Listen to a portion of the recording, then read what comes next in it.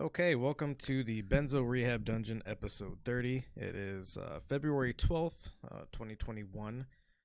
I am joined in person today by Danko Suvin, or Danko Suvin from the Instagram account at Danko Suvin. You're so right. As always, yes. How are you doing today? Man, I'm doing real good. Mostly because today I know we're gonna go fast. We're gonna go fast. We're going to talk about the subject of accelerationism. Yes, today, sir. Which we've maybe put off a little bit longer than we should have. Not really accelerating into this topic, I guess. We're doing it for our friends, though. We are doing it for our friends, who is all of the listener. Well, also just that I'm going to say I'm not going to wait until the end to pitch this, but by the time that this is out, we timed this. We weren't lazy. Yes. We timed this perfectly, like warriors, like generals. We're timing our strikes. But we timed this so that we're releasing it at the same time as another podcast that I was on, Yes. the Bringing Down the Grindhouse, which you can also find all the places that you find podcasts, and forget exactly what their tag is. It's at so B D T G H _podcast, I believe. You're so right again. You're so right yet again. Yeah. If that was wrong, then I'm sorry, but it seems correct. Last week I fucked up the acronyms. So, did you? Yeah. BTGR or something? Yeah. So it's BDTGH. What down the grindhouse? Yeah, whatever Bringing Down the Grindhouse is. But yeah, so they're releasing an episode today, so you have kind of a double feature on hyperstition and theory fiction that I'm on. And we're going to cover hyperstition a little bit just as a kind of a note later on in this episode. But yeah, today we're doing accelerationism, right? Which is linked. Before we get into that, oh yeah, I'm sorry, I didn't ask. How are you? Oh, I'm okay. That wasn't something you needed to ask. That wasn't what you wanted to get into right now? No. About your feelings? My feelings, my emotions. Yeah. Yeah, I've had your heart rate. You know what? I've seen a lot of Twitch streamers are now like they syncing up their like little watches that like monitor their heart rates with their streams, and it's like, is that real? Yeah. Oh, is it because they're playing like scary games or something? Not even that. Just like, I don't know why. It's for some I don't know. It's like a weird parasocial relationship sort of thing. That like you know how quickly daddy or mommy's heart is beating against your ear as your head is on their chest when you're falling asleep to their Twitch streams. I don't know. It's weird to me. That rules. I think a lot of Twitch stream stuff is really weird to me. What? It's weird to you? Yeah, it's weird. Twitch streamers are weird. So anyways, we got a question on our last episode on the YouTubes. Our extremely popular YouTube. Yes, our extremely popular channel. YouTube that has at least 3 people that maybe click on it. Whew. So the question is, why is it your conclusion that someone who wants a civil war will necessarily be dishonest? There seems to be a gap in your logic. Initially, I was just kind of like, I'm not really going to respond to this, but I figure it's an honest question, I think, and it's not unfair to ask that question. What I would say is there's no impetus for a civil war at this moment. If you think about like what a civil war in America right now would look like, where would you draw the battle lines? Who would be involved, and on what sides, would people be on, and what the the purpose and point of a civil war would be at this point. There's not really a whole lot of reason for a civil war. And so what you then have to understand is that any kind of act in the creation of a civil war necessarily has to be dishonest, because there's no reason for it at this point. And when you're trying to create a conflict where there is none, you have to lie. You have to make something up that creates the conflict. We could look to the Iraq War. There was no reason for America to get involved in Iraq. However, we lied about weapons of mass destruction.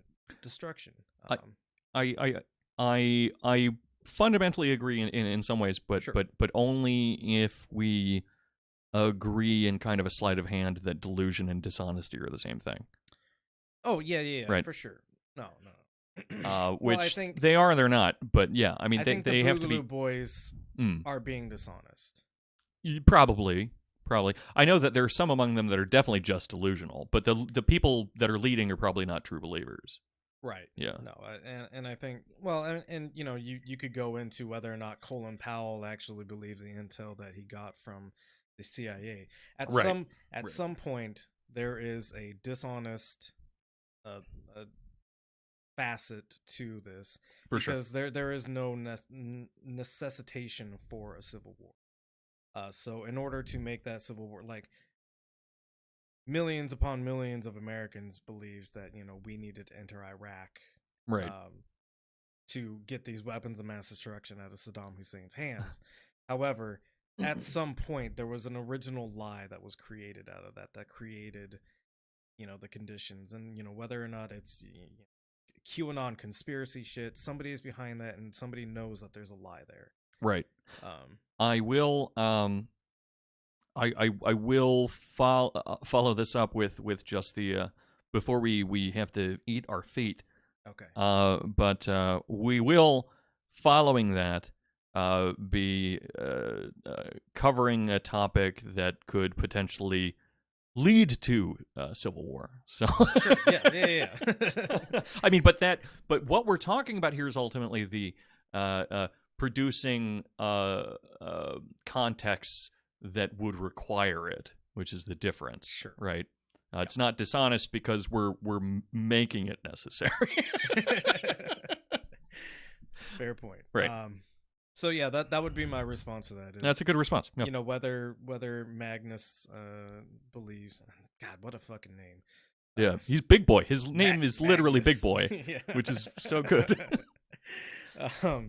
You know, maybe there's a sense of delusion there, but I don't believe that's the case with him. I think I think it's pretty clear. You know, he can say now, "Oh yeah, I'm on Antifa's side," but whether or not that's part of a ploy to, you know, kind of create some sort of coalition in the aim or pursuit of, you know, trying to start a civil war, you know, it's hard to judge the motive there, but I do believe that he's being dishonest, and I think that whenever you're creating a conflict out of nothing, dishonesty is necessary in that right. that pursuit. And I guess just to knock down the argument that some people will make that he is just delusional would be just to kind of shore up something you've already implied, but just to say it more explicitly, that at a certain point, delusion and dishonesty, there is no fucking difference in like larger political matters. Yep. Right.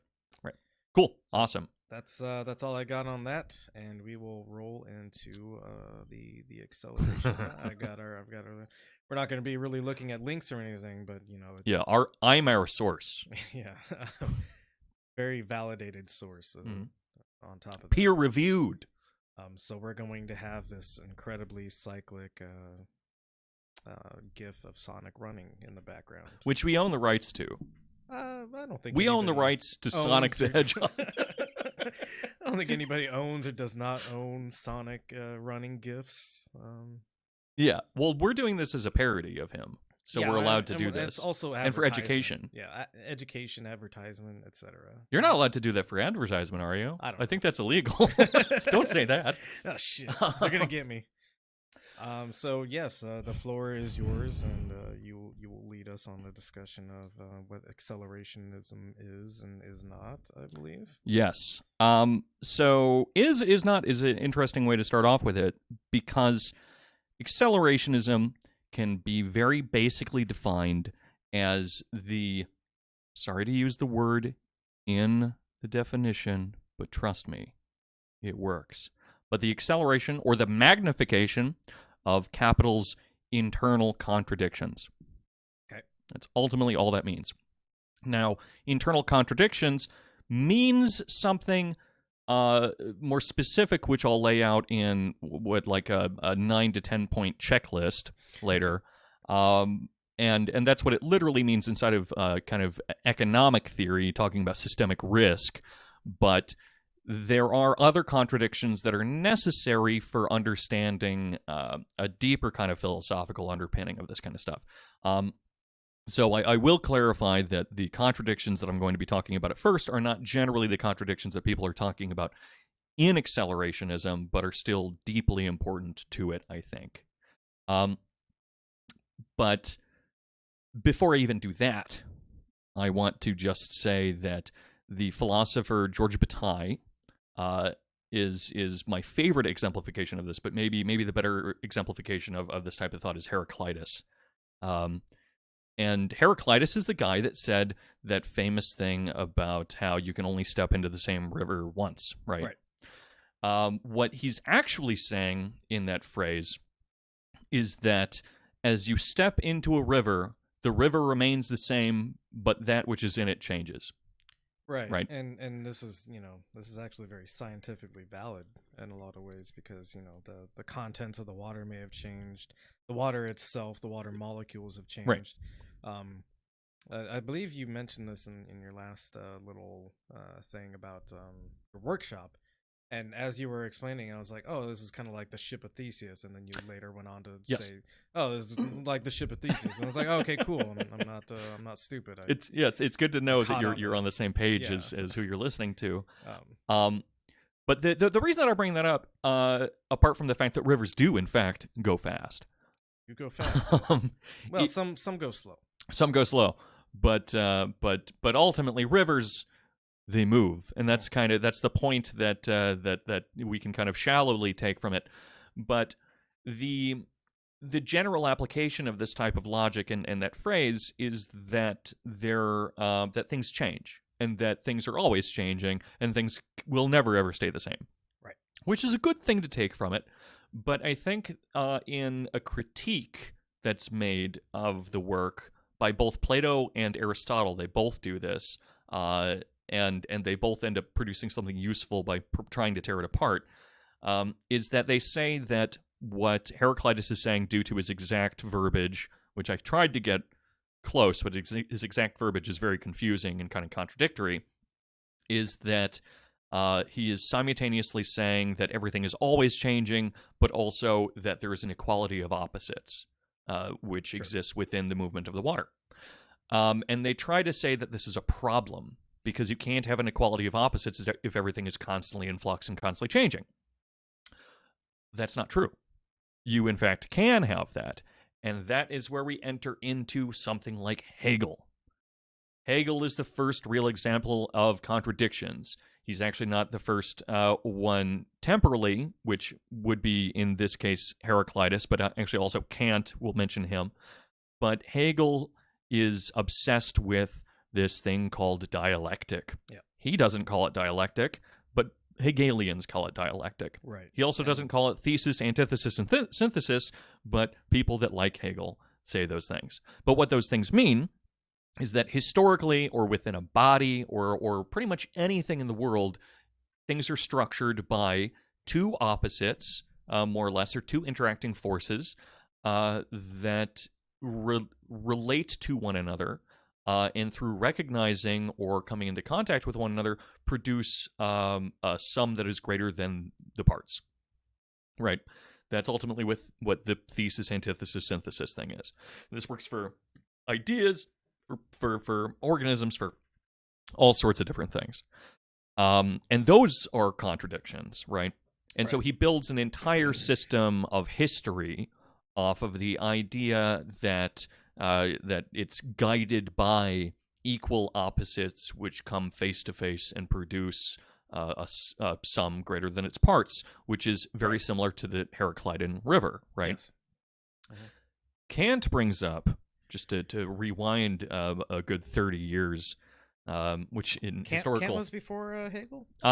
They have a little bit of overlap in their lives, but Kant, I believe, died in around like 1805 or something, whereas Hegel died in 1830 something, I believe. Oh, okay. Well, I guess I would have thought it was the other way. Yeah, right. I mean, Kant, the way that he talks about like antinomies and like his mathematical paradoxes and everything, he feels so modern in a lot of bizarre ways, whereas Hegel's just like, consciousness comes to know itself, and this is why history will produce a perfect like fucking Geist, a spirit, and by the way, spirit is a bone. And so yeah, he seems like a fucking ancient psychopath.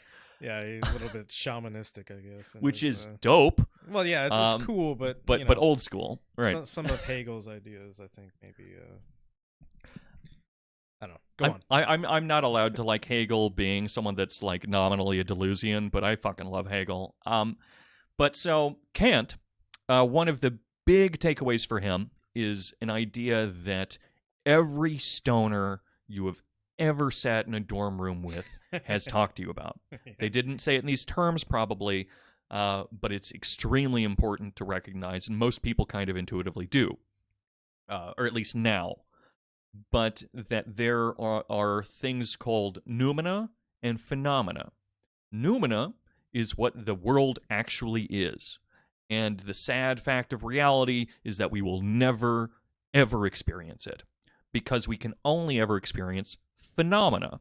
Right. Phenomena are just the results of all of the structures of our understanding and our body, sense organs and whatnot, producing a model or an image inside of our minds. We will only ever engage with our minds. The eye only ends up seeing itself reacting to light, right? Yeah, and you know, to expand on that maybe a little bit, you know, the eye reacts to light, and then it sends it to your brain, which essentially processes that and gives you that image. Right. And there's model after model, and there's latency, and there's and other things, you know, like birds. A lot of species of birds apparently can see UV light. You can't see UV light. So the mantis shrimp has you're not able to experience the world in all of its fullness, and you know, to some extent that's okay, because it would be very, very confusing if you could see literally every wavelength of light. Right. You would actually be better off being blind at certain points. and you know, that's what like a lot of Lovecraft's work is based on, just the idea that there is so much more to the universe than, you know, the basic senses and interactions that we have, and that we're actually ultimately swimming inside of a reality that is infinitely more complex than our senses, and yet still ultimately very real, and can somehow superveniently inject itself into our lives, which is the scariest thing in the universe, or Christian. But so Kant builds a contradiction here. Actually, he builds a lot of contradictions. I mentioned these before, the antinomies, but we won't get into those, though they're really fascinating and really cool, especially if you like physics. But the contradiction there doesn't seem like it's a historically oriented contradiction, unless we're talking about the understanding of the world, right? Because phenomena is all about understanding. Right. Just keep that in mind for later. Okay, so those are our kind of basic contradictory models, neither of which are the contradictions that accelerationists, at least accelerationists that know what they're talking about, are generally mentioning when they say contradiction. So I need to say that again and again, just to make sure that people stay with us, that do know about accelerationism, and that other people that don't know about it yet don't get off on the wrong foot. Right. Marx picks up Hegel. Marx owes most of all of his thought in a structural way to Hegel. Which is funny, because there are decidedly non-Hegelian philosophers and scholars and stuff that work off of Marx's theory that disagree vastly with Hegel, but that's okay. But Marx sees that capital is a developing model responding to previous developing models in very much a Hegelian dialectical thesis, antithesis, synthesis type of way, and that based on this type of thought and based on certain phenomena which he sees inside of capital, which are the contradictions we'll go over, that capital will ultimately necessarily collapse. Yep. And it will collapse because it itself has the power that it does. It doesn't collapse because it's shit. It collapses because it is amoral ultimately, but it collapses because of its own efficiency in a funny way, which then leads to its greater inefficiency. But then, as we'll mention again, another contradiction or paradox, because of its inefficiency, it develops an efficiency, which then makes it even more nightmarish and complicated. Yeah, I can think of some examples, but I think you probably have some other points. Do you have maybe a good example for us, just to kind of take a breather for a second from the theory, or? So you're talking about how capitalism or capital itself is so efficient that it creates inefficiencies on accident. So you're talking about like a banking system that's so efficient that it has all these little pieces working together, but then it creates something like, oh, I had to call customer service because there was like a banking account error or something like that. But basically what ends up happening is like these things become so efficient that the inefficiency actually monetizes itself, because now you're paying somebody to handle all these customer service requests sort of things. Would that be kind of a good example? Or that's not something that I would have usually thought about as an example of it, but it actually is an extremely insightful version of some of the stuff we'll be talking about later. So that's great. So that's really good. Every now and then, every now and then it works. Every now and then.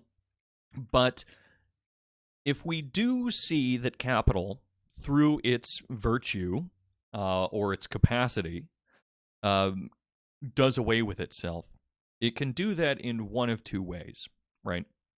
Because one way or the other, it's the productive power of capital, which is necessary not only for capital and for the good things that it has done, and Marx acknowledges those. No, and that's something important to bring up about Marx, is that he recognized the successes of capitalism and thought that they would be a good launching point for a more equal society. Exactly. So you can either use these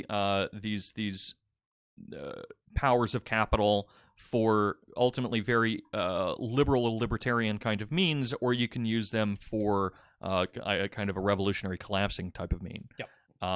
But both of these ultimately almost necessarily have to happen at the end of it. One relies on the other, another contradiction.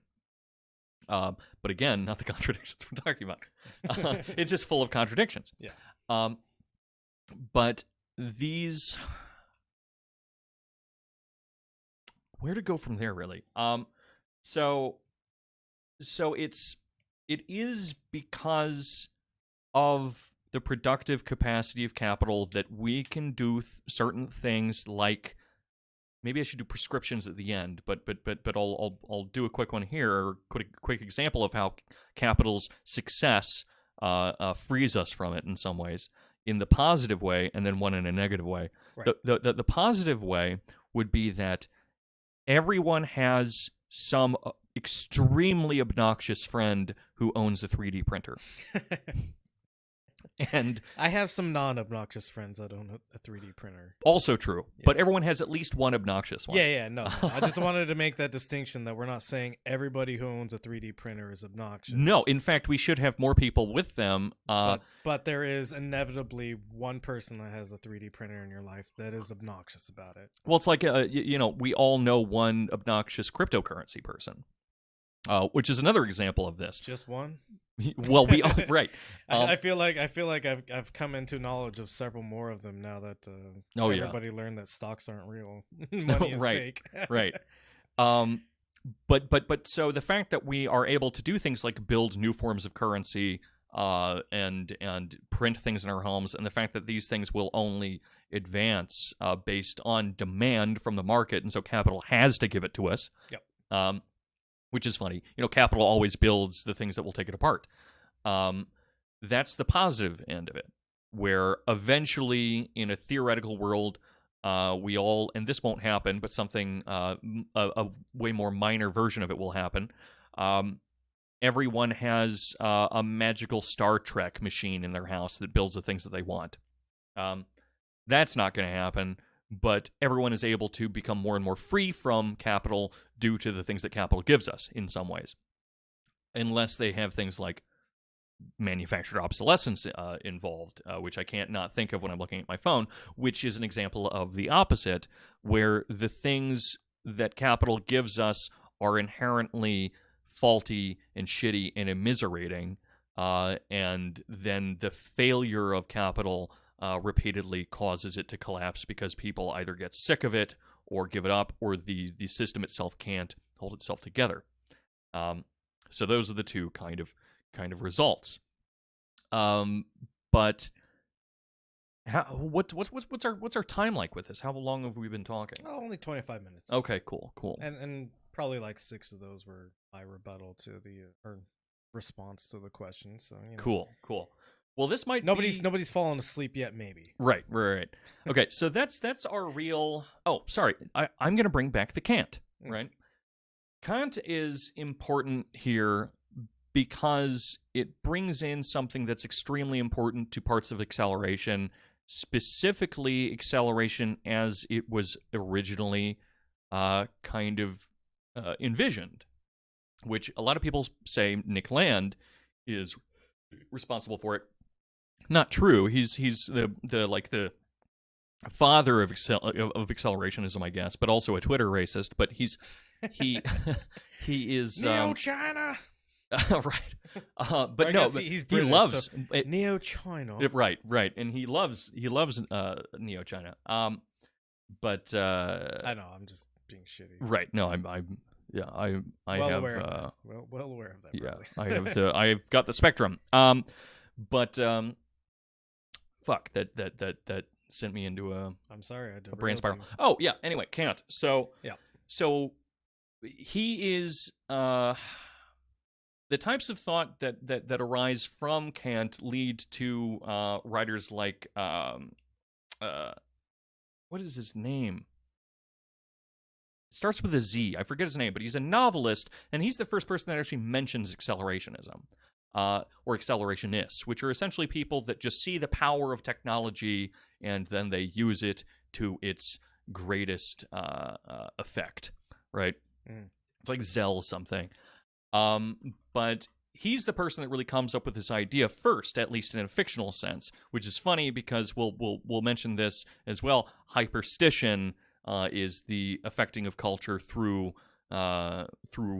fictional means and is a favored methodology by accelerationists. So it's interesting to see that already occurring in the first person to mention acceleration. But then other authors, of course, bring it up. J.G. Ballard and then everyone from the CCRU and stuff bring it up in an academic sense. But what they are taking from Kant is this concept that phenomena and noumena over time, though they don't touch, can get closer together, right? And that this is a necessary result of technology in a lot of ways, where the more you know about the world, the more that knowledge accelerates, and the more you know about the world. And as long as your worldview isn't totally skewed and fucked. And so the more that you know about the world, accelerating itself accelerates not just because of the fact that you have a wider kind of basis of understanding, but also you are able to build greater technologies for an understanding and production oriented around that. Yeah, and we could go back to the idea of the eyeball, right? So humans see certain spectrums of light, and that's it. But however, through technology, we have things like night vision, which allow us to see. Yeah, you have eyeglasses. Obviously, is a good example. But, I'd be dead. continuing on that, you have night vision, you have thermal imaging now, you have all sorts of different ways of experiencing the noumena in a kind of controlled way, versus what you were born with or would originally have. Right. Never experiencing noumena, but I understand where you're going. Yeah, like getting closer to it is what I mean. Right. Approximating noumena. Right. But at a certain point in time, there's not really a good way for any kind of human to use all of the information available to us, even if we are cybernetic human beings that are attached to cell phones, right? Yeah. And then this is where things complicate the whole techno-capital spectrum, which is exactly what it sounds like. It's a fusion of technology and capital, which Nick Land is obsessed with, and for good reason. But things like AI and algorithms and whatnot are necessary in order to use that information that otherwise we wouldn't be able to use all of. We need to have something else thinking for us, which produces some very scary sci-fi scenarios as well as real scenarios. And essentially what's happening there is information that we couldn't possibly use is being filtered out. Yeah. And actually, an Adam Curtis documentary just dropped, or a documentary series. And in the first episode, the first episode's all I've seen of it so far, but he describes algorithms through like social media and stuff in a really elegant kind of Fisherian way. I mean, Fisher's not generally elegant, but relating to Fisher's thought as in Fisherian. But and he explains how what exactly is the phrase? It's just one sentence, and it just kind of it worked so well. But that because we're building an algorithmic machine that gives us things to see, we are necessarily always viewing the past. And so, in many ways, while people are obsessed with technology in order to accelerate things, it's also producing what's called a hauntology, which is just as obnoxious as it sounds, but a hauntology is a repeated and necessary re-experiencing of the past and a deferral of the present and the future. The future becomes canceled, just like in our postmodernism episode, we mentioned this, but the past constantly rises up to meet us, and eventually the future only becomes representations of the past. Right. But that's neither here nor there until we enter in and mention the hyperstition bit. Yeah, which I was again, gonna say, I feel like that's a little bit here and there. Yeah, right. Like not all of this is quite connected. Yet, maybe.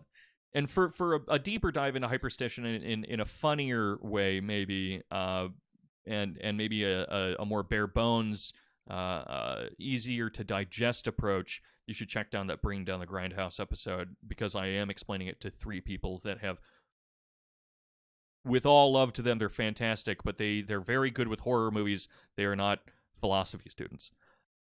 Which neither am I, to be right, fair. Right. But you're a politics-obsessed shithead that has to deal with me all the time. That's the nicest thing you possibly could have said about Exactly, yeah. Politics-obsessed shithead. I mean, who isn't? Better people have been called worse things, I guess. That's true. But with all of that drum rolling and waiting, I'm going to cover a list of the actual contradictions in a real, concrete, historical approach that you can see happening in the actual world in the past, and I guarantee you will see happening in worse, more horrifying ways in the future, possibly just more of it this week. I kind of feel like I should bring this, like make a little Word document and just type this shit out, if that's. Yeah, we could certainly do something like that. I could do it. Okay. In fact, no. You know what I'll do? Rather than this, I will memeify this, and I will release a looks like a 9-point meme that people can see, and you can post it up on the Benzo Rehab dungeon as well. with pretty pictures and everything, and a kind of a description of this. Let me see. Anyway, Go ahead. Sorry.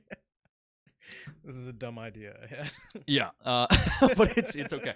If you still want to do it, it's fine. Yeah, I got it's up on the screen now. You Okay. can see it, yeah. So the first thing that happens inside of this system is that there is a breakage of labor power.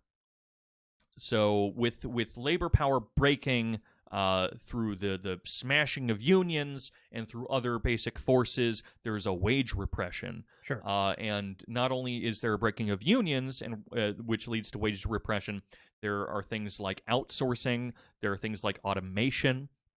All of this leads to repressed or depressed wages. Following from that, and a necessary product of that, each of these are necessary products of one another. Corporate profits increase. And when corporate profits increase, there is a new focus on the thing we mention all the time when we talk about the future and capital, which is greater speculation, more influence, and focus on futures markets. Yep. Finance becomes the real focus. And you know, the financialization of things that should not be financialized, water being one of them. Water is Right. now part of the speculative market. Yeah. And it reasons to follow that if we continue down this path, not only will water be a speculative market, but clean air might be a speculative. Yeah, sort of thing. we'll go straight Total Recall. Yeah. Yeah. The first note, I would probably just have that being wage repression. But it's both. But the interesting thing, and it's an obvious kind of equal opposites thing. But the thing that occurs with corporate profit increases and financialization is that the financialization of a market generally increases. This is still number 2, but it still generally increases proportionately to the depression in labor power and wage, right?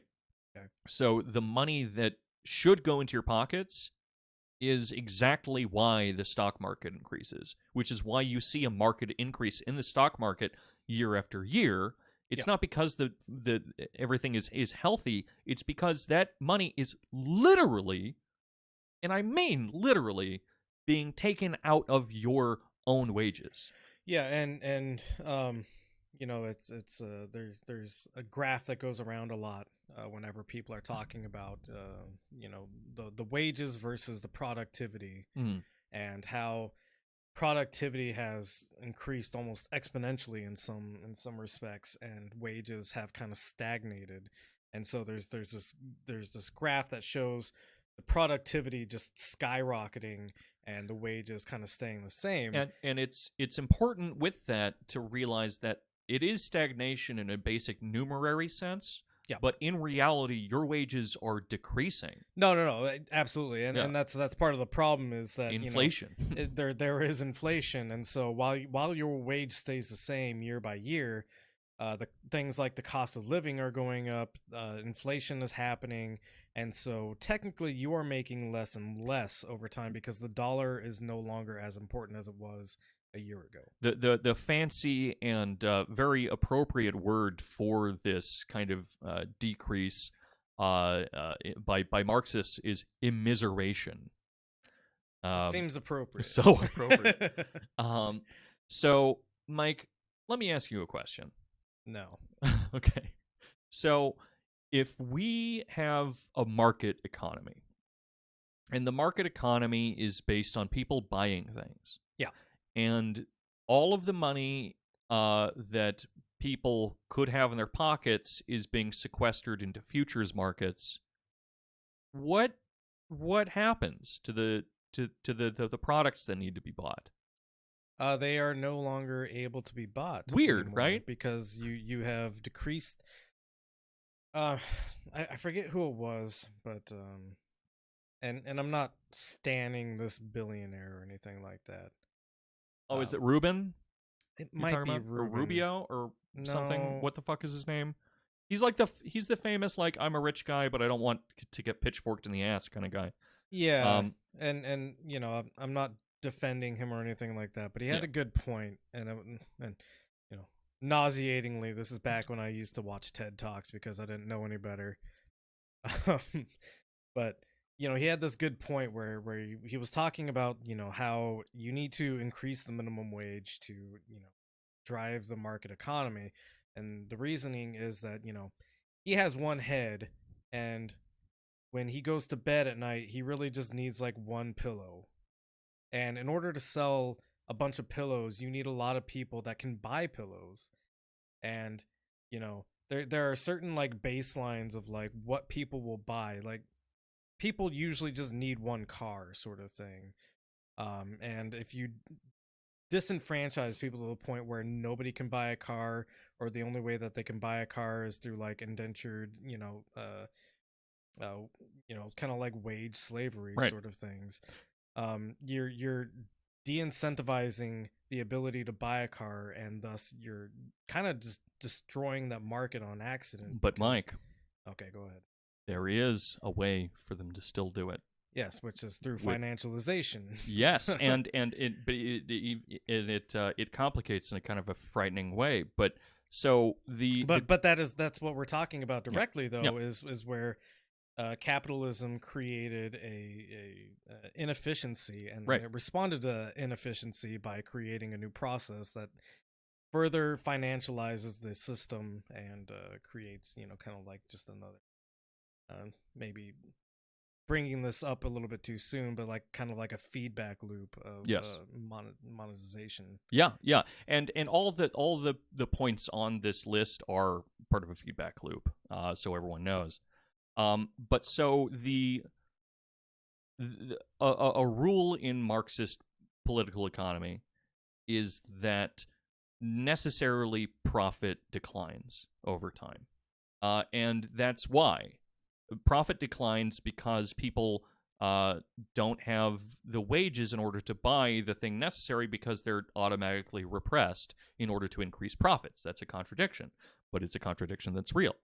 And so the growth of profits, which are ironically catalyzed by deflation of wages. Sorry, that deflation is a bad word to use because we're also talking about inflation.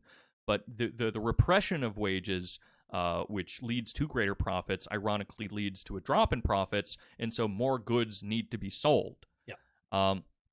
But we don't always have more people. But even then, we're producing a class of people that can't afford these things. So I guess number 3 would be more goods must be sold. Oof. These fingers are drunk. Number 4 would be kind of an extension, I guess, of number 3, but it's simply that wages and buying power are unable to sustain the growth, which leads us into number 5, which is something we saw hilariously happen in 2008, but also many times before, which is that, or before 2008, but we reap it later, so I don't know, this is, I think, number 7 occurs, but credit markets pump in these subprime mortgages and loans that are predatory to people that can't afford them. And so you go ahead and you essentially predatory lending. Predatory lending, exactly. So predatory lending occurs, which is essentially giving someone a loan that they won't be able to pay back. And you need to give them a loan that they can't pay back because if you aren't making that much money, you aren't able to sustain anything else. Right. What happens when you do predatory lending, Mike? You create a bubble, and then the bubble eventually bursts and leads to a cataclysmic sort of economic failure. Right. When you lend people money that they can't pay back, they don't pay it back. So weird how that works. We have default happens in 6. Massive debt default. Following from there, there is just a systemic institutional failure, but not just an institutional failure. You don't just have Goldman Sachs collapsing, you have it collapsing and dragging down other banks and systems with it. It cascades. Yeah, and maybe now is a good. I think I brought this up before, but in 2008, I was working in the housing industry, and part of the reason I eventually decided to join the Marine Corps was because I'd lost my job. I got a job at a grocery store, but like it sucked because working at a grocery store sucks. Yep. But like I had a pretty solid career ahead of me in the housing industry, working, kind of construction and maintenance, and the cascade from the 2008 market collapse eventually kicked me out of my job. Like everything downsized because there was just no money there anymore. Right. All of the housing became, completely devalued in a lot of ways. Yeah. And so what happened is the company I worked for sold the property to a different company, and that company said, "Hey, we're working off of a pretty slim budget here, so we're gonna have to cut some staff." And so, myself and a couple of other people were fired from the place I was working at. Right. And so, yeah, there, that systemic failure not only just affects, and really didn't actually affect Goldman Sachs because of the leadership we had at the time. Oh, we're bailing them out. We're getting to that, my Yeah. friend. I'm sure we will. But it really affected the little man, which was me in this case. You're not a little man. I'm little enough. I'm a manlet. You're a height-wise. manlet. You know what I'm saying? Man, You know what I'm saying? A thick hunk of small man. So Mike, you've already answered this question, but I'll ask it again. Okay. I'm going to answer completely different this time. This general financial system that failed in 2008 and should have died, did it? No, it was propped up by. Is it weaker now than it was before? No, I would say it's stronger now. Right. Than and that's before. weird, right? That something can die and come back stronger.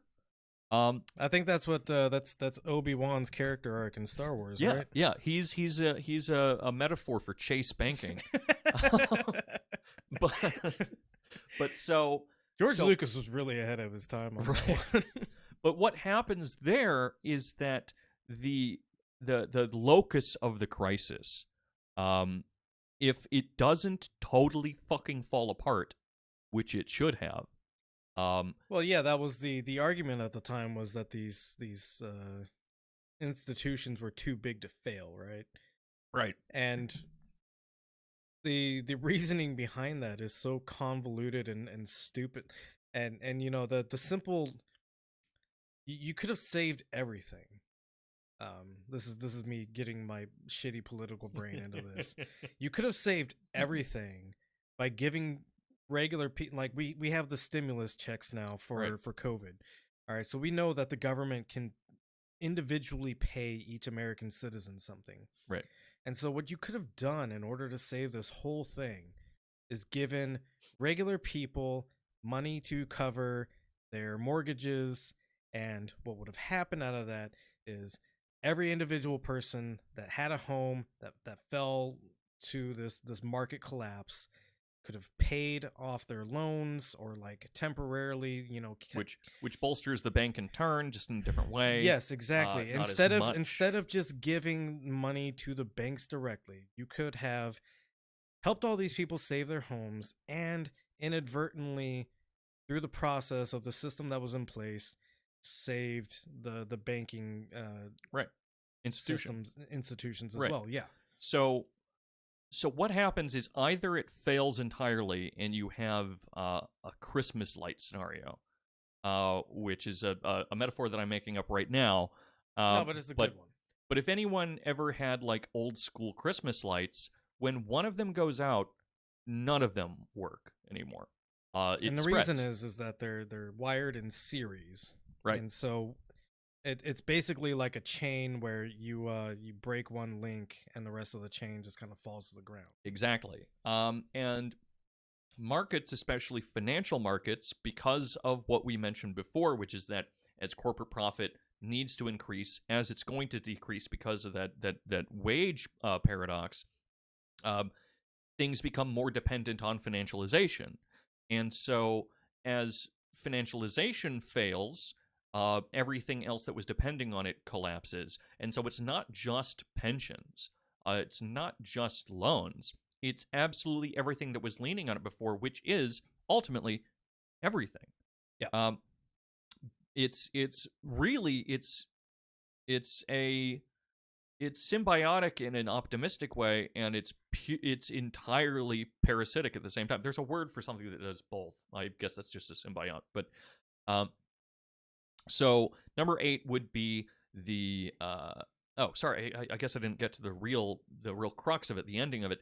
So this spreads if there's a collapse, and then everything collapses. Yeah. Which in a way is kind of what some people want in accelerationism. But if it does not collapse, if it is refinanced, this is a funny word to use because that's another predatory lending scheme. Yeah. But if it is bolstered by the government, or it just survives on its own, it actually regains its strength, possibly more, generally more from what we've seen, but the crisis itself still ripples outward. So the crisis locus strengthens. Mm-hmm. So that would be number 8, would be a strengthening of the crisis locus and a spreading of the crisis.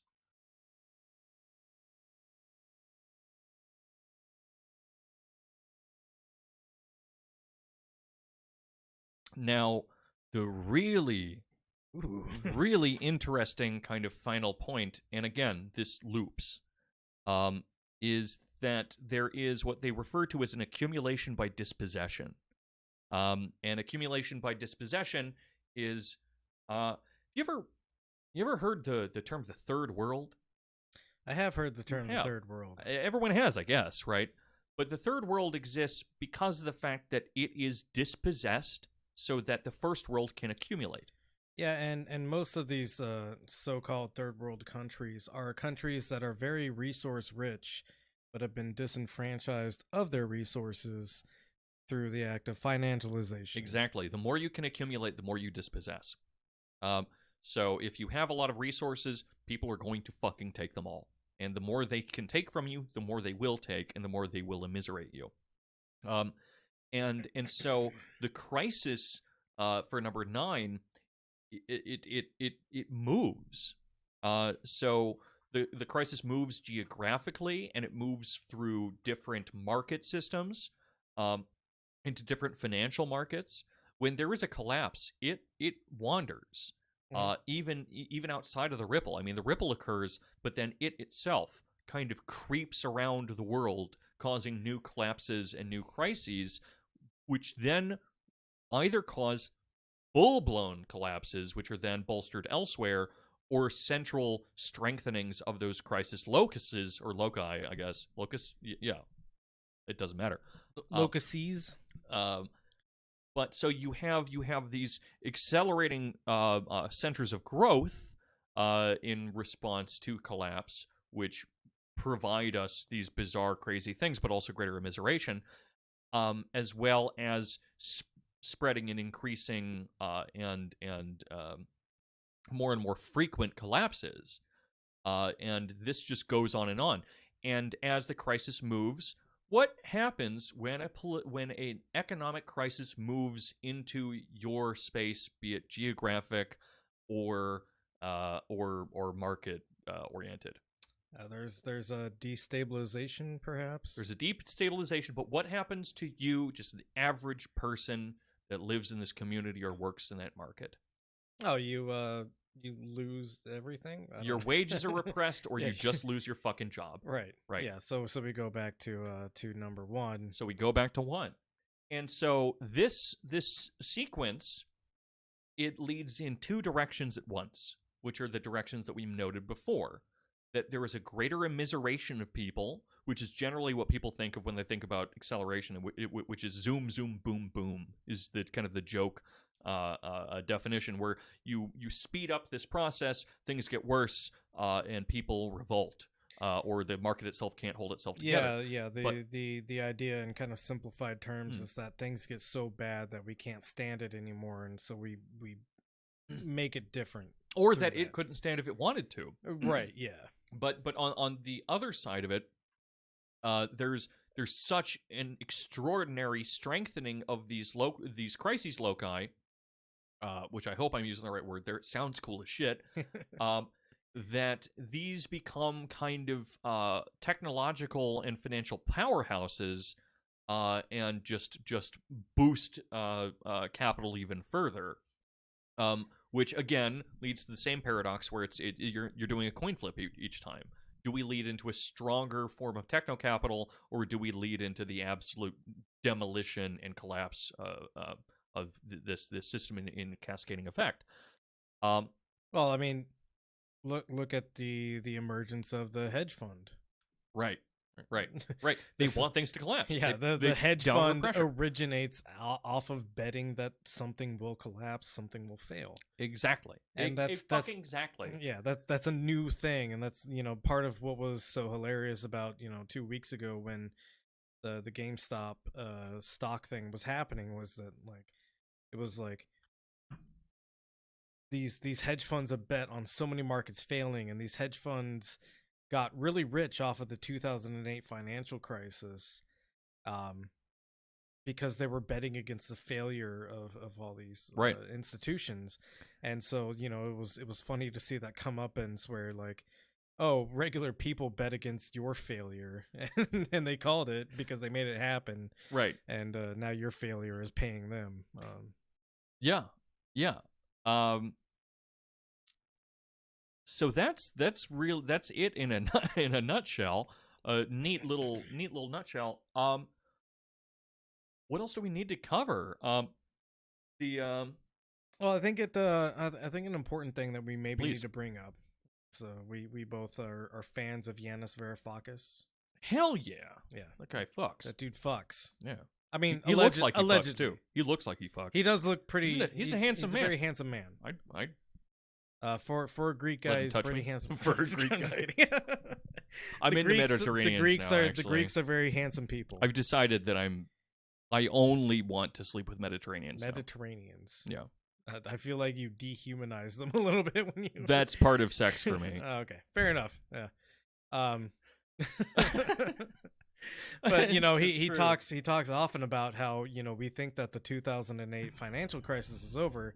The 2008 financial crisis is continuing. Oh yeah, and it's it'll never end. It's continually collapsing upon itself to the point where I'm looking to move out of this area because the housing market has become so obscene that even though I have a decent job in this area, I can't afford any housing in this area anymore. Right. I actually in the city I work in, there's a new housing development that went up, and their big advertisement, and mind you, these are townhomes, so we're not talking about houses with their own little plot of land, where you can be comfortable and separate from everybody. These are very connected townhouses, like 3 townhouses in a row sort of thing, and their advertisement is houses starting at the high 500,000s. Me.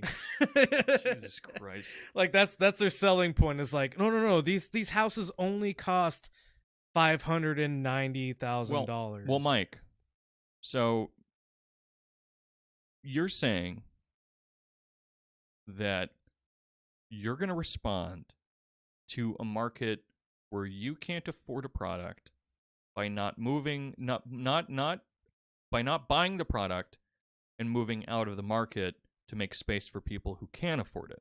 Yes. Which, correct me if I'm wrong, but that sounds exactly like accumulation by dispossession.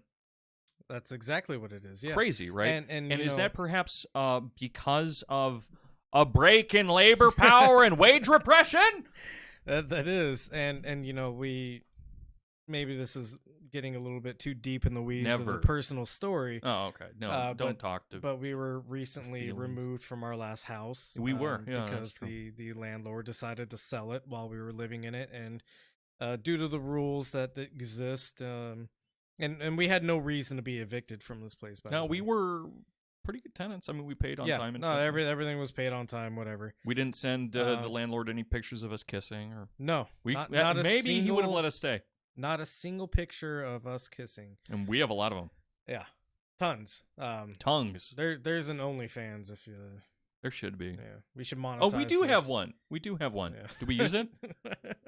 Just pictures of your thighs. It's just a video of a man singing about hot gay cowboys having sex. Is it actually? Yeah, because it's Ram Ranch. You know what? The original. You know what we should put up on there? Okay. And maybe I shouldn't say this out loud because they should just see it and pay for it. But just you and I's faces getting like increasingly redder and sweatier while Giannis Varoufakis plays in the background. That's hot as shit, dude. Right? That's what I'm saying. That's my kink. Yeah. That's my. I just now realize it's my kink. Yeah, I mean, but the house that we were living in, and we were paying a fair amount per month for. It was a house with by fair rooms. amount, I mean not a fair amount to me. A fair amount as in like it was a lot of money. But we were paying a lot per month to live there. It was sold for $680,000. It's pretty dope. I mean, honestly though, I could never fucking afford in my life. Mike, what was as somebody who works for the government that manages this area, by the way. Mike, what was it like though living in a $6.8 million mansion? Or I mean, sorry, yeah. 0.68. 0.68. Yeah. Still, it was challenging. Yeah, I mean, it wasn't the. You got to fill the rooms with shit. Yeah, it wasn't. It wasn't. I wasn't living lavishly or anything like that. No, but literally, like when I was looking through like the housing market around the area, there's actual shacks that are going for like $500,000. Yeah, there were literally shacks in our neighborhood. Yeah, there were literally actual like up on like tin roof shacks. Yes, up on stilts with tin roofs and like barely anything for walls. Shacks going for $500,000. Love that shit. It's oh my god, fuck yeah. Good thing nothing we've said today has been true. Yeah. Yeah. It's all lies. It's all lies. None of this makes sense. You don't see it in your own lives. You can definitely just thumb your ass at us and say, no, I've never seen anything like that happen. Have you ever tried getting a better job, Sweaty? Yeah. You're not supposed to be able to afford a fucking house if you're the project manager for some giant construction project. You're not supposed to, okay? That's supposed to be a transitional job you get in high school. Yeah. And these are entry-level project management jobs. and you can see in the mathematical logic of capital the same like moral logic that people on the more like I guess conservative or capital friendly end of the spectrum and end up using for people, where it's like, no, you shouldn't be able to afford, I don't know, healthcare or whatever if you're working as a burger flipper. Yeah, because you don't need health as a person, you know? Yeah, but their logic for it is that we need to use wage repression in order to produce an accumulation by dispossession, because that will make it so that you don't stay there and you do something great with your life, like become a fucking astronaut or something. Yeah, but we've talked about this before, where you can be invested in a company where you're working very hard, but there's maybe one regional manager job that can open up every like 20 or 30 years, depending on how many regional managers move in and out. Right. Like there's no actual escalation of your position in a company in a lot of cases, or your position of standing within just general society, like, and it's like basic numbers and physics, really. Like, only so many things can go through a tunnel that is so thin, like, right? Yeah. Yeah, bottlenecks. But but that still nevertheless is still the moral logic of capital, as well as the cultural logic, as well as the literal mathematical logic. And that's why it's so deeply contradictory and paradoxical in moral terms, because it's deeply morally paradoxical, but still efficient in a bizarre way in mathematical terms.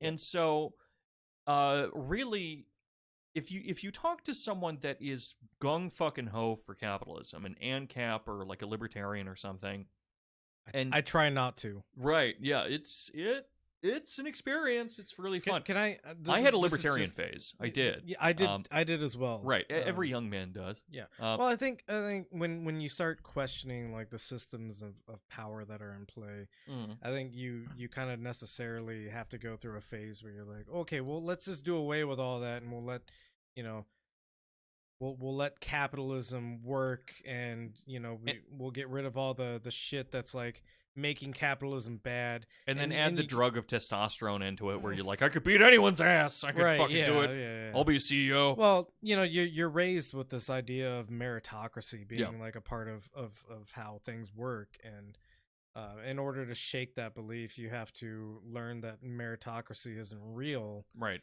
And you have to learn that the hard way usually, or you just have to like spend enough time thinking about it and go like, okay, you just have to spend time thinking. Well, yeah, I mean, but like it takes a little bit of time, and like sort of like you have to see the examples kind of play out in your own life, where you go, hey, this person works really fucking hard, 40 maybe 50 hours a week, and they're not in charge of the company, when I see the CEO of a company playing golf every during working hours, hey, we're just doing business sort of stuff, right? Like there is no such thing as a meritocracy if you think about it for like any amount of time, and you look at the actual, like Jeff Bezos doesn't work what is it, like 300 times the average it's more Amazon, than that. Yeah, like 400 times the average Amazon workers wages. Like he doesn't work 400 times harder than all those people. Anyone.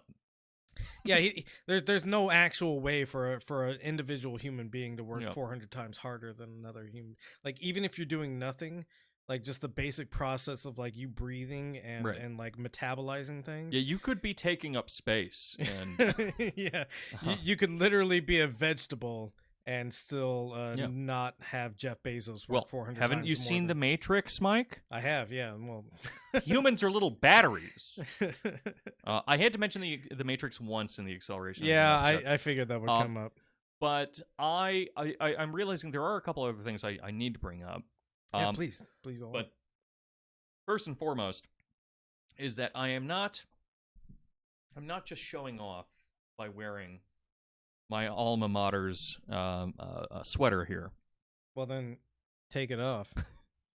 I'm just kidding. Please don't. I'm also here to make a confession that most people do know about me. Actually, I think at least anyone that's talked to me about anything intellectual for longer than 5 minutes. But I think there are extremely troubling things about accelerationism, which is not my confession. I think that's just patently the case. Yeah, it is troubling by its nature, and it is. Well, I think the distinction to make here is that you don't want accelerationism to happen. You just recognize that it is. You just fucked it up for me, buddy. Oh. Sorry. But yeah, I mean that is where I'm going with this. The reason that I'm wearing the U Chicago thing is because Milton Friedman was a professor and a student from University of Chicago, and he's more or less the founder of libertarianism. He believes in an absolute laissez-faire market, and he notices some elegant things about the market. And honestly, looking at the elegance and reality of that 9-point system that I laid out for you, which, by the way, is not my 9-point system entirely, but I forget the person's name from which most of the information is from. He's an economist, but we will make sure that we make note of it. Just come to my page when I do the 9-point meme thing. I'll note it. But it is an elegant system, and it in many ways can be beautiful and surprising, and because it is so balanced in the scary way, it can make you think that it works. Well, right? it's Because a it does work. it's like a Cthulian horror, right? Well, okay, so there's Forever inside of collapsing like upon itself in the abyss. right. Well, there's a difference inside of like aesthetic theory between the beautiful and the sublime, and this is another Kant thing. But beauty, the way that I've always explained it, is like the internal workings of a clock or a rose or something, where you see the parts and you're just infatuated with the fact that you can process it all and it's all so good and like works. And it's the greater a thing's intricacy in a lot of ways, the more beauty it has. Like a rococo or whatever. Even though I think that's gross and bad. But yes, sir.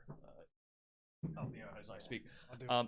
But the sublime is when something is so massive and incomprehensible that it breaks the subject from himself. It's a limit experience where you no longer understand what the fuck is happening, and then you kind of reconsolidate and become you again, and that's a different type of experience of beauty.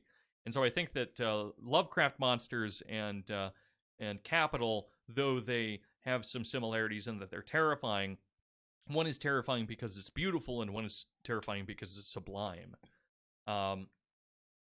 Fair point. Sorry, that was me doing the spectrum thing again. But but I want to note a little bit about a couple additional things. Number one, that I feel like most accelerationists are going to be really angry at me if I don't touch on this little bit of stuff towards the end. Oh, sorry. I should clarify really quickly what I was saying before that you ruined.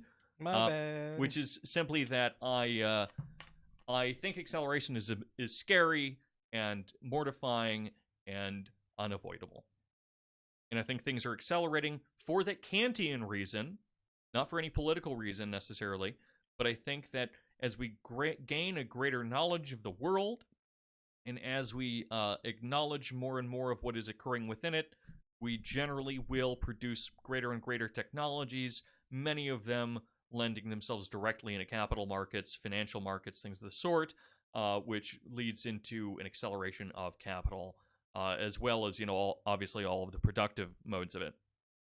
Accelerationists who like this kind of thing, and also myself in a way, but this one I have more complex feelings about it, and I'm kind of mixed. But they love automation. Sure. From a very basic Marxian standpoint, which is that the goal, even though I think that this is a misunderstanding of accelerationism for reasons that I think are evident, but maybe we should explain them. They think that automation will make more space in their lives for all the things that Marx talks about in the manifesto, like living your fucking life instead of working all the goddamn time. But we've seen through history that automation doesn't do that. No, we've seen through history that automation destroys job markets, and because there's no backup for the wages lost in those job markets, we see people become destitute out of it. Right. The Industrial Revolution was wonderful for maybe the Industrial Revolution and its consequences have been yeah, the Industrial Revolution and its consequences have been disastrous for humankind. Or I think he says mankind. He definitely does. That's a Teddy K quote. Yeah, Teddy K definitely only says mankind. He uses the word broads so much in that fucking that manifest. It's bizarre. If only Amprims were more literate, woke.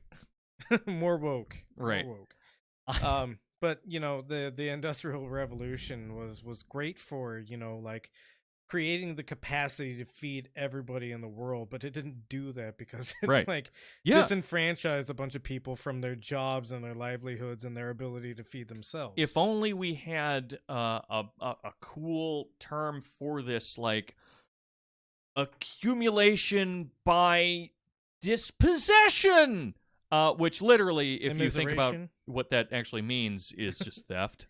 Accumulating, gaining by someone else not having. Right.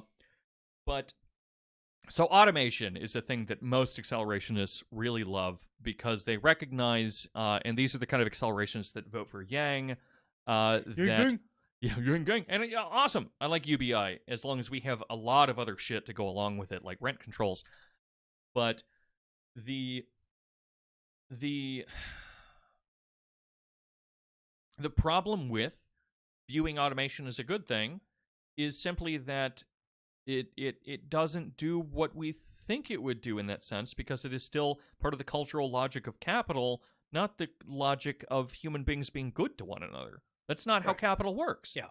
And if your boss, if the capitalist ends up, and that's what Marx refers to as capitalists, is people that own capital, the means of production. Which is the thing we've talked about before. That, Right. That, you are not a capitalist. You are a person experiencing capitalism.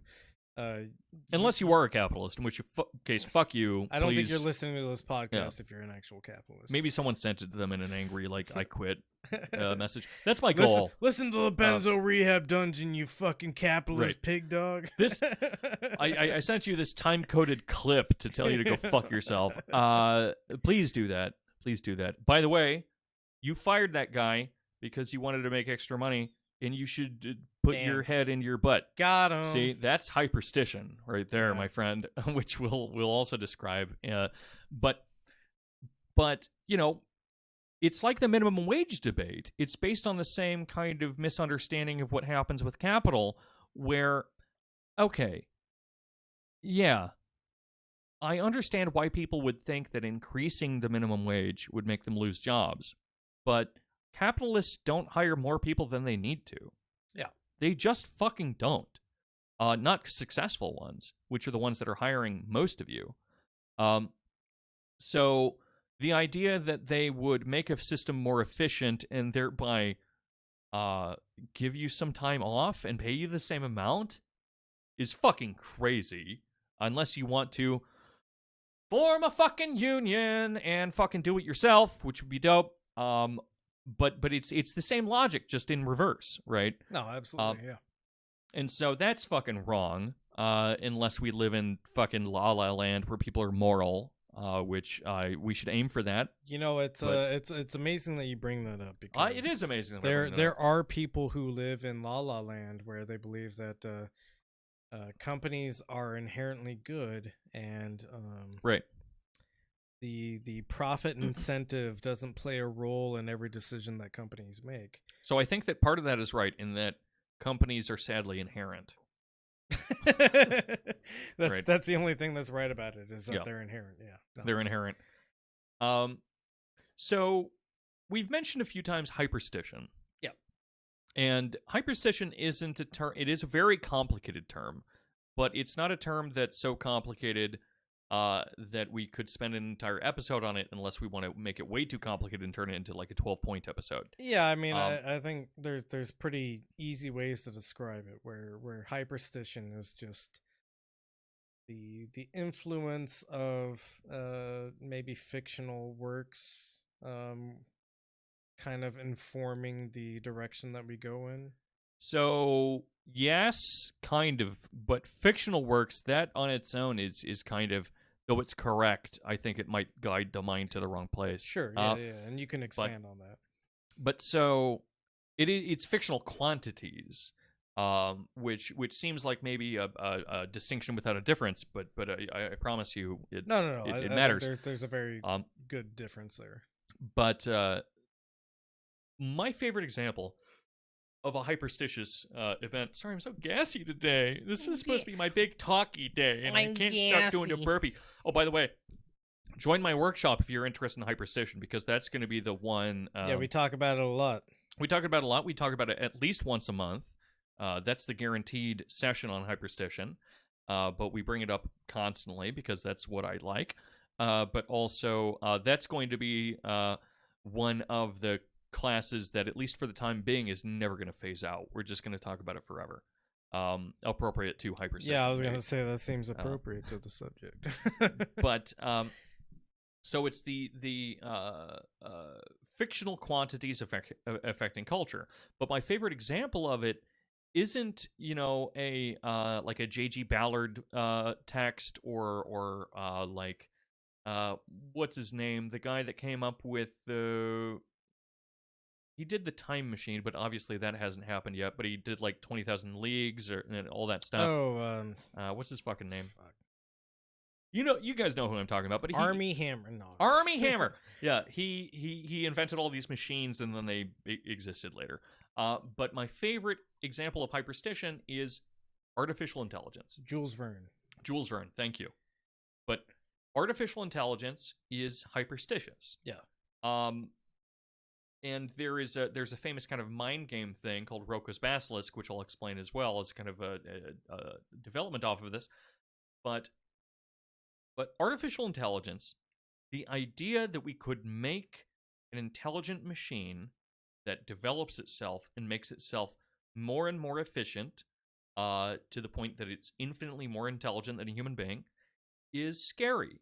And I think that for the most part, people wouldn't want that to happen, right? Except for people that are fascinated by it, I guess, but, that's another problem. But generally speaking, if we could decide to build an organism that's infinitely better at everything than we are, we would probably choose not to do it, right?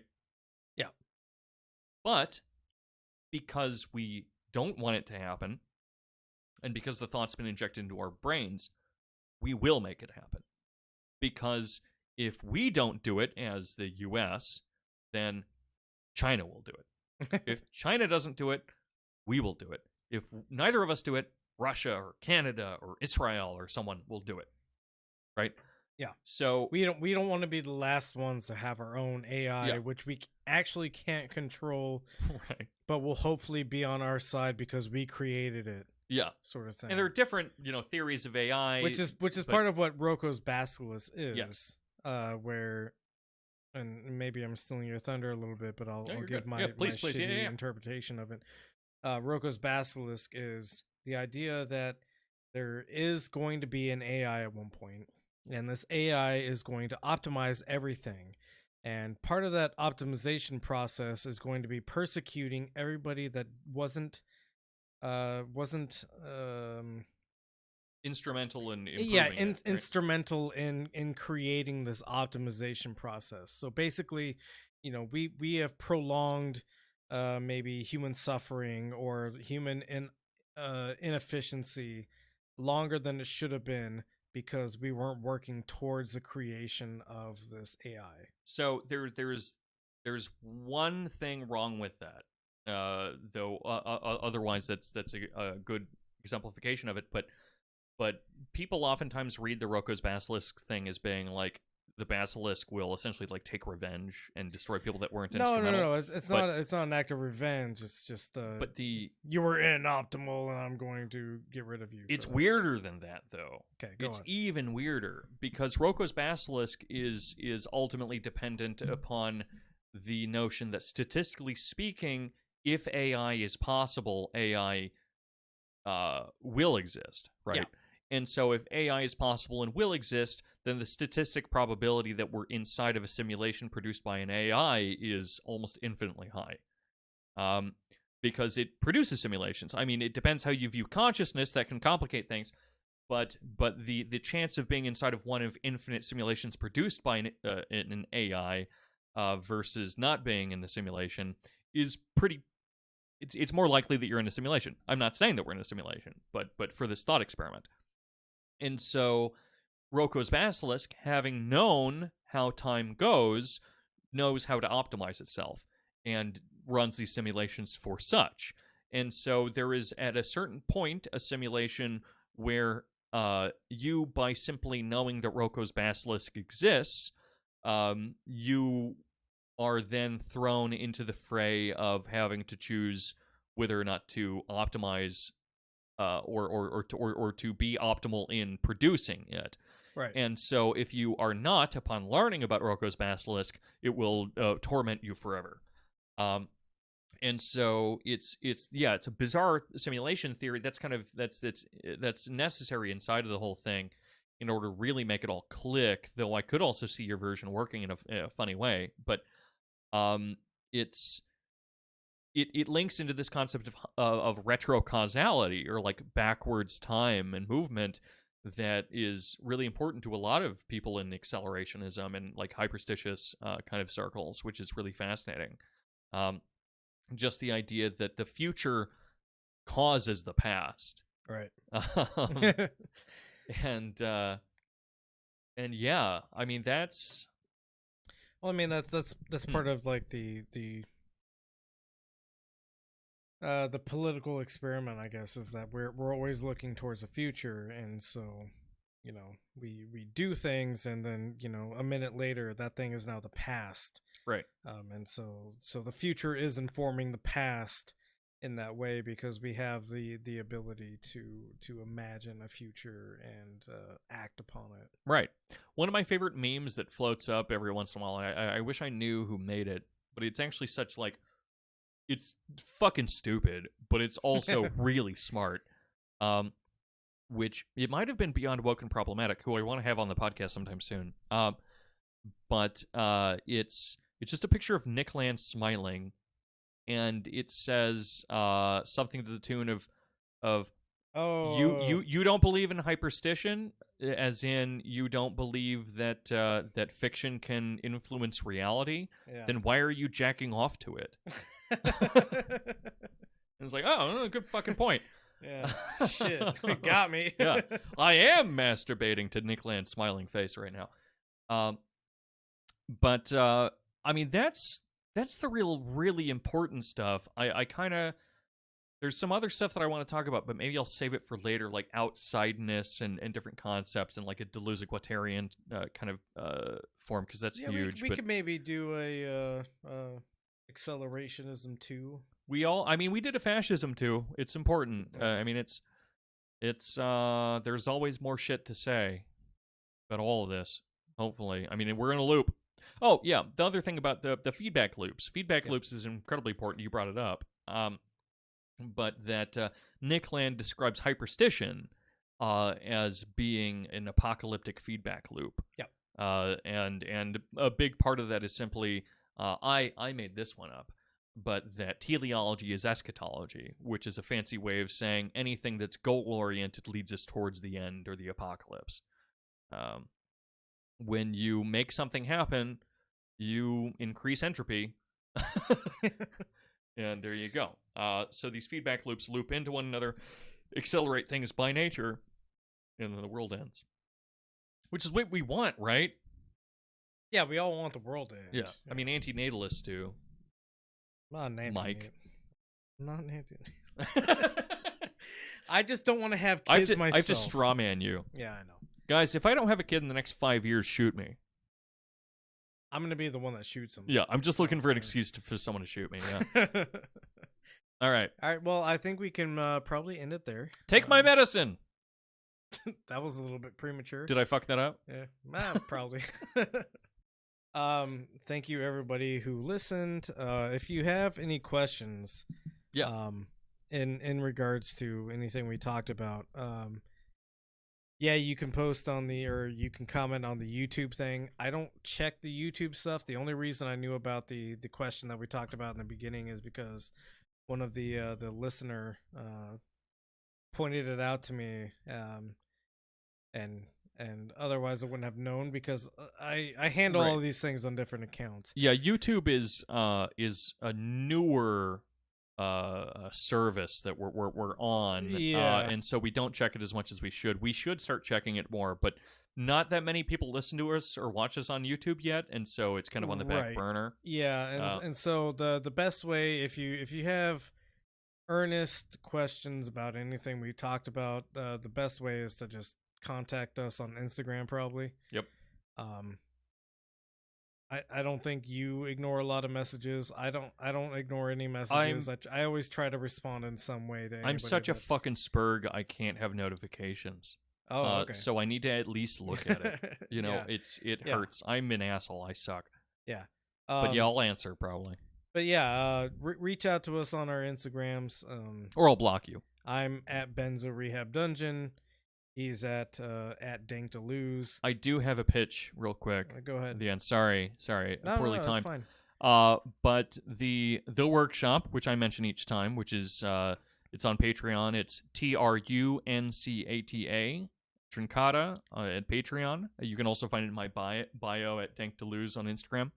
But we are adding a new theme to the workshop, which I'm very excited about. Hell yeah. But yeah, if you're interested in this kind of thing, not only will you be interested in the sacrifice workshop and the hyperstition workshop that we have, as well as probably the eco-aesthetics workshop, because all of this does link into ecological collapse and the sterilizing of the biosphere. But we are introducing Revolt. And that will be applicable in all three usages of the term. We'll send you a cookie if you can tell us all three of its meanings. Don't promise a cookie. I'm not going to give anyone a cookie. Oh, like maybe like a picture of a cookie? Yeah, okay. Something like that. I'll be a smartass about it. But yeah, so Revolt is the new one that we're adding in. It will feature one of the only Foucault essays that I will ever make anyone read, but otherwise we're going to focus on stuff that I think is more fun.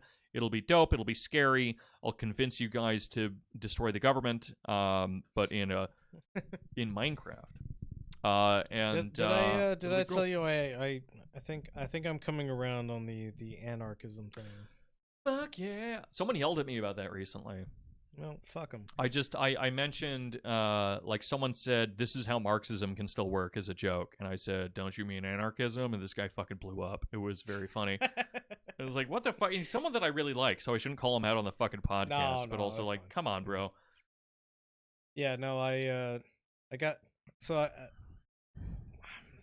want to say probably like 5 months ago, I joined a few different leftist Facebook groups. I was like, we'll see how it goes. Which always goes well. Yeah. And Facebook lefties, good. And yeah, I got booted from the very last one I joined because I wasn't a fan of North Korea. DPRK can do no wrong, brother. Yeah. So yeah, you know, and part of my criticism of this group was they were basically telling me to accept that, you know, everything I knew about the DPRK was CIA propaganda, which, you know, you know me, maybe, yeah, sure. You know me, I'm a huge fan of the CIA and everything it does. That's and true.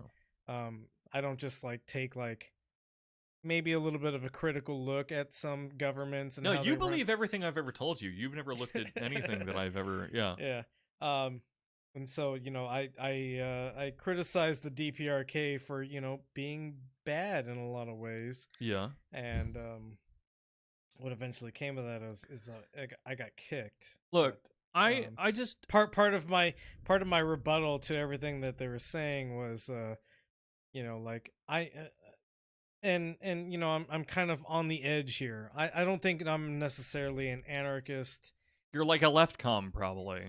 Yeah, probably. Yeah. But you know, like one of the things that I can agree with anarchists about is like the abolishment of unjustified hierarchies. Fuck yeah, it should be everyone's goal. Yeah, in everything. Right. Like, there's nothing wrong with that. Like, if a hierarchy, if someone shouldn't be your fucking, if someone shouldn't be your fucking daddy, they shouldn't be your fucking daddy. They shouldn't be your fucking daddy, exactly. I mean, and so, you know, my criticism of this group was that, like, oh, well, yeah, this is a left unity group where everybody, left unity group rules. Fuck yeah! All right. Where everybody who you know thinks that unjustified hierarchies should be abolished is eventually going to get the wall because you're all fucking tankies. Yeah, fuck you, admin. Yeah. And so I said that, and the response that I got to it was modify your behavior to the group rules or you'll be muted or removed. Shit. I was like, oh man, the tankies once again act in a way that I would expect them to. You know, maybe horseshoe theory is true in a way because every time that I end up coming into conflict with actually anyone on the political spectrum, but tankies are definitely included in that. My best reaction to them is just cut. So you know, I think eventually we should have a podcast that we need to do anarchism and Marxism and communism and stuff. Not even socialism. Just that, but a discussion maybe on a deeper level about how people's political and ideological beliefs aren't always coherent. Yeah. Well, no, I feel like that's a big part of the Benzo Rehab dungeon is like a Yeah. violent awareness of that fact.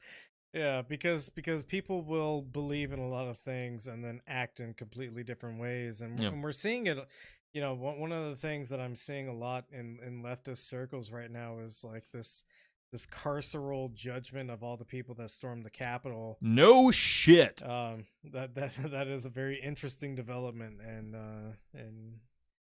it's Well, it's not to talk poorly about people who, that there is, an impetus for some kind of consequence to what happened right. on January 6th. But there also needs to be like an alternate discussion about like, okay, yeah, but we don't need more anti-terrorism laws because we're Right. already living under like the most obscene anti-terrorism laws that could possibly exist. Right. And like, maybe we don't need to send all these people to prison. Maybe, yeah, there are some ringleaders who should be, held accountable for what they did, but that doesn't necessarily mean that we, lock everybody up who was involved in all this Right. thing. It's there's something that we're going to look at in the Revolt workshop is a fascinating kind of take by, maybe I shouldn't even say who it's by, because then you guys can find it on your own. No, Ooh. just kidding. I don't believe in unjustifiable hierarchies. So Walter Benjamin, he talks Walter Benjamin. he talks about a certain sequence of forms of violence, and one of his big takeaways is he ultimately uses it to like defend the notion of general strikes, which I agree. But the storming the Capitol and putting them in prison, or punching Nazis and stuff, I get people's thought around this, but I think that that's not necessarily the most helpful thing to do, though I would be open to finding a way for the earth to open up beneath them to swallow them and kill them all instantly. And we will find a logical way to make that work because it's already been done for us by this amazing, amazing philosopher. And please join the workshop or else just read his critique of violence on your own. I don't, Fair enough. up to you. Yeah. All right. With that, I think we have reached the end of this episode. We love or feel mostly indifferent, probably. Yeah. I don't feel much anymore. You're fine. We love you. Please take your medicine. Take mine too. Goodbye. Bye. Hi, Michael Deebs here, with no gun pointed at my head. Please know that all content created for the Benzo Rehab Dungeon is and always will be freely available. However, if you would like to support this creation of content, we here at Camp Benzo would appreciate it, as the production itself is not free of cost. Anything donated will go to covering the various subscription fees maintained for content production or improving and expanding the content produced. If you are able to, please head on over to patreon.com/benzorehabdungeon. We also have shirts for sale on Teespring, all priced as low as we can get them without turning much or any profit. They are mostly so that you can show your loved ones that a necessary intervention may be on the horizon. Links to the merchandise storefront and our various social media profiles can be found on our link tree, which is the word link tr.ee/benzo rehab dungeon. As always, we love you. Please take your medicine.